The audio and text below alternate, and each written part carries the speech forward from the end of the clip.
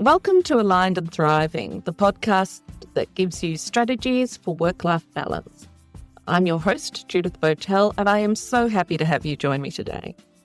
This is our second episode of 3 that will set the foundation for the conversations we will have on Aligned and Thriving with people who have developed a range of long-term strategies to create work-life balance that is meaningful to them. If you are truly challenged with work-life balance or have lost meaning and purpose in your working life, I encourage you to take the time to listen to these 3 episodes to understand why this is happening and what you can do to make life more fulfilling. In our first episode, we explored the underpinnings of Aligned and Thriving and how it can support you to have a more balanced working life. We explored what sits behind our personal value systems and how we can utilise this to improve our life course. And finally, I introduced you to the processes on how you can connect to your own personal values, which is for me one of the first steps in creating a more balanced working life. You can find more of this at our Aligned and Thriving community on www.albanylane.com.au. In this episode, we'll explore more steps that you can take to align our lives with our values. These include setting clear priorities, making informed decisions, and navigating challenges in your working life. These are 3 areas where my clients report that it is made easier and smoother once they have greater clarity on their personal values and overall vision for what they want to create in their working lives. So let's get into it. One of the most requested outcomes from my career coaching clients is to have greater clarity in their lives so that they can make better decisions and start to act instead of hesitating or floundering or just always feeling stuck. That is why I start with finding out what my clients want in their ideal working life, which is from the moment you wake up to the type of environment for your midday work break, and finally, how you end your day. Clients use all their senses to describe this ideal day. What do you see? What can you hear? What is the air quality like, etc.? And check in regularly with their emotional state. How do you feel features regularly to remind clients to use all the information around and in them to find out what feels good or exciting, expansive, or satisfying. As we outlined in the last episode, taking actions in line with your values can release dopamine, the reward hormone. So using our values to determine your priorities sets you up to feel more motivated and experience greater rewards for acting in line with these priorities. For example, someone with personal values of community, philanthropy, or generosity may prioritise volunteering to organise the street Christmas party or suggest people make donations to their favourite community service instead of giving birthday presents or gifts. They may also be more satisfied working in an organisation that has a matched giving program and a system where donations can be made through payroll, just as they will be happier living in a place which makes it easy to connect with your neighbours. When they do not have an opportunity to give, contribute, or shape the type of community in which they live, this person may become disinterested in their work, feel lonely, and lack purpose. So take some time to review your personal values using the tools you can find online, including at the Aligned and Thriving community on albanylane.com.au. It's also linked in the description. Then review your current priorities: work, school, home, family, sport, hobbies, friends, church or community, or whatever, and see which feel aligned to your new set of values and which are maybe hangovers from your pre-review life. Most of these priorities will have to stay. It is nearly impossible to drop commitments to work and family. Doing so is what gives midlife crises a bad name. It will take time to create and identify opportunities to make bigger changes to honour our values-informed priorities. For example, one of my long-term values is independence, and I have wanted to set up and run my own business. However, it took a long time for me to get the resources I needed to cash flow my own business, develop a plan, retrain, upskill, find partners and projects to increase the financial viability of the business, etc., etc. It was about 8, even 10 years after I founded Albany Lane Consulting that I'd been able to start working consistently and full-time on the business without having to take on part-time work and non-aligned projects. Jumping ship into a whole new direction sounds and feels exciting and liberating. But we also need to be able to look after ourselves and our dependents and our immediate survival needs. The bottom of Maslow's hierarchy of needs is food, shelter, security, and belonging. So rather than doing a runner from all your responsibilities, I encourage you to focus first on the priorities you currently have that do resonate with your values, identify them, and even see how you might enhance your time or commitment to them.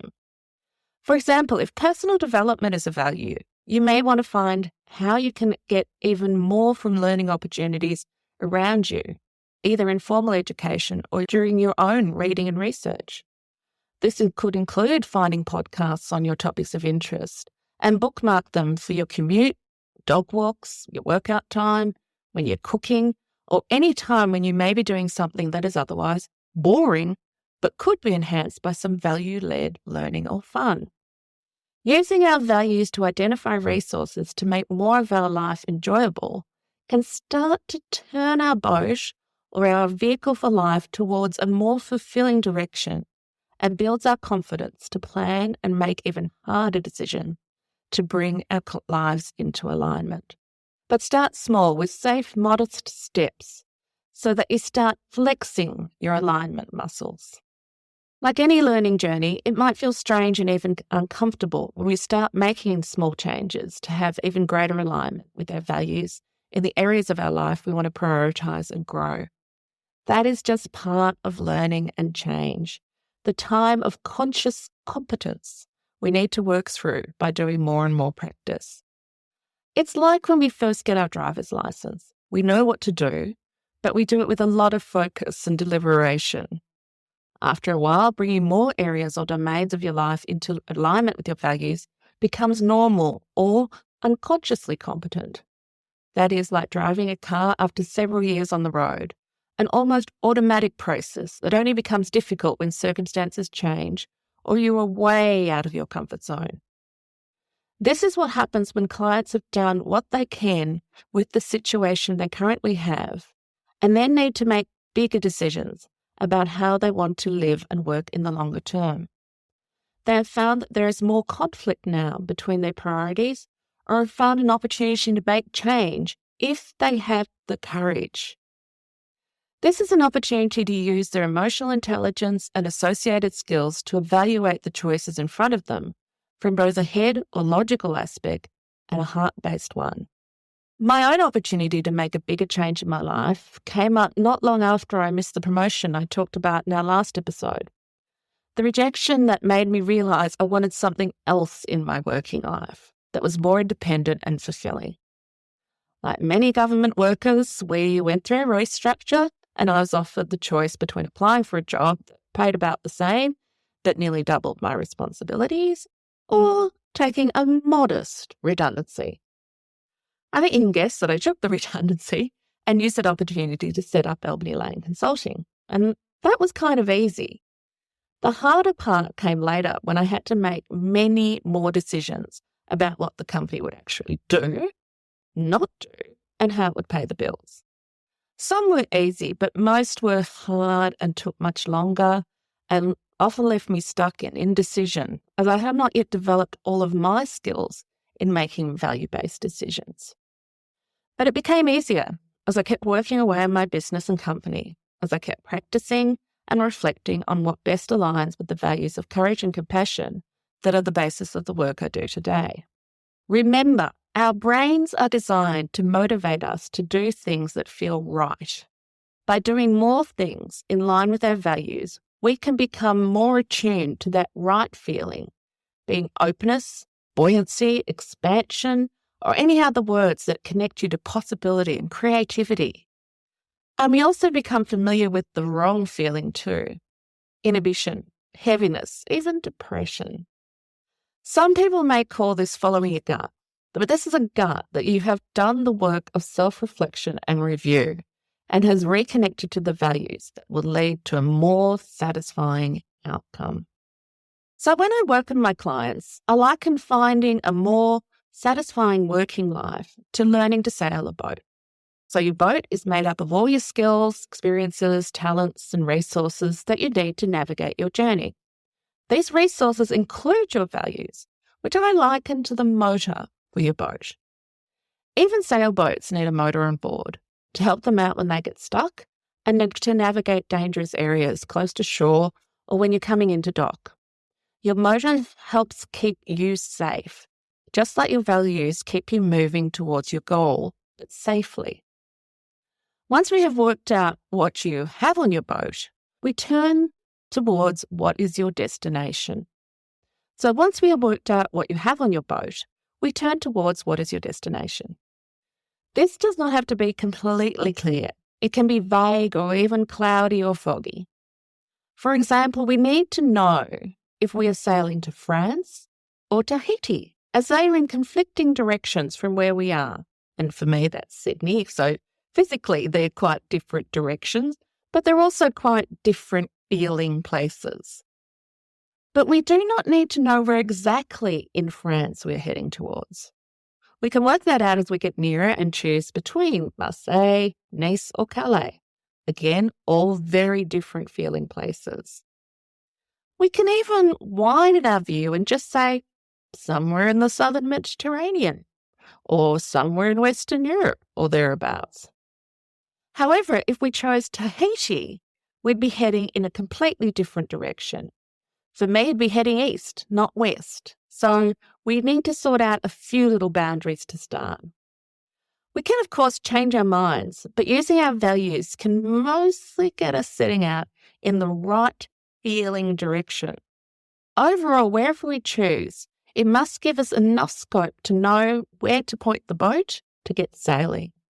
So then we can learn what are the sort of challenges you can expect on this uncharted journey.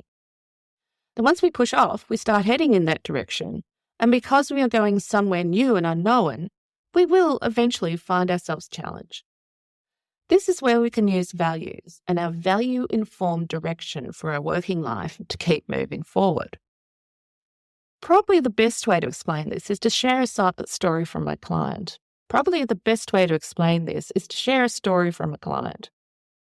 This client wanted to return to freelance life after working in a large corporate, but do it in a way that did not leave her feeling overwhelmed, overstretched, and on the verge of burnout, as it had before.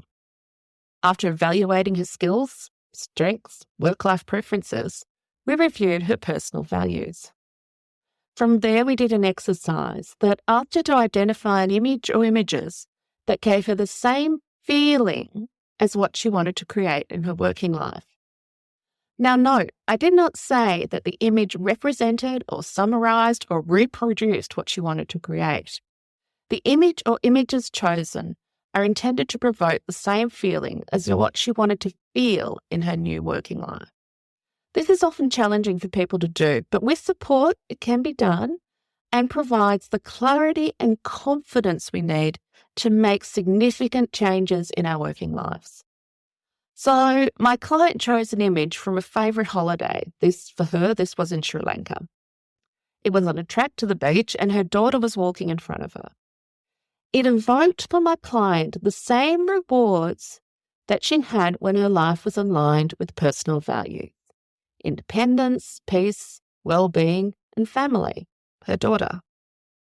As she was making the transition to freelancing, my client was planning to work with a colleague who had great skills in her area of expertise, and she thought would be a great value add.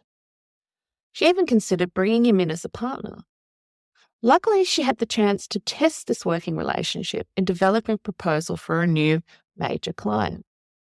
She found she had to do most of the driving on the project, and he found it hard to comprehend the concepts of business development and sales.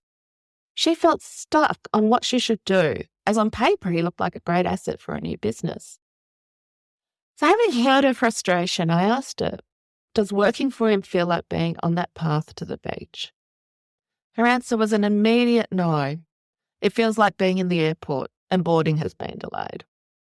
It was such a great metaphor for being unaligned with her values and her vision, and it helped her to make the decision to not proceed with the partnership offer. So this is how my client was able to trust her values-aligned vision for her future to help her make the right decisions for her family and herself. She felt confident in her decision-making, ready to take actions, and proceed with clarity in developing her new working life. So what can we take away from the experiences of myself and my clients in bringing their working lives into alignment with their values? Values can support us to identify our priorities for this and the next stage of our working lives, and therefore we can spend more time and effort on what feels satisfying and rewarding. Values can help us when we need to make hard decisions, such as those associated with changing our working life. They help us to combine our logical decision-making processes with our emotional intelligence to find the right way forward for each of us. And finally, values can support us when we are feeling stuck or facing a challenge as we start working towards creating a new working life. We can use our emotional clues, anticipate and embrace challenges as part of the uncharted journey, using our values to stay on course and overcome obstacles. Overall, our values can help us develop greater clarity in what we are out to create and more confidence in our own capabilities. We learn to trust ourselves as we have an inbuilt compass to distinguish between right and wrong that works for us. We can develop our own way through uncharted waters and map out new journeys with confidence. These takeaways emphasise the importance of introspection, alignment, and trust in personal values as foundational elements for creating a more balanced and meaningful working life. So start taking a few safe, modest steps towards a new destination and find out for yourself how your values both motivate and guide you. And join me in our next episode, where we go through the types of benefits my clients and I have experienced by living more in alignment with our values. And if you need more support, please check out our new Aligned and Thriving community by linking to the details in the description. Remember to be kind, take care, and stay well.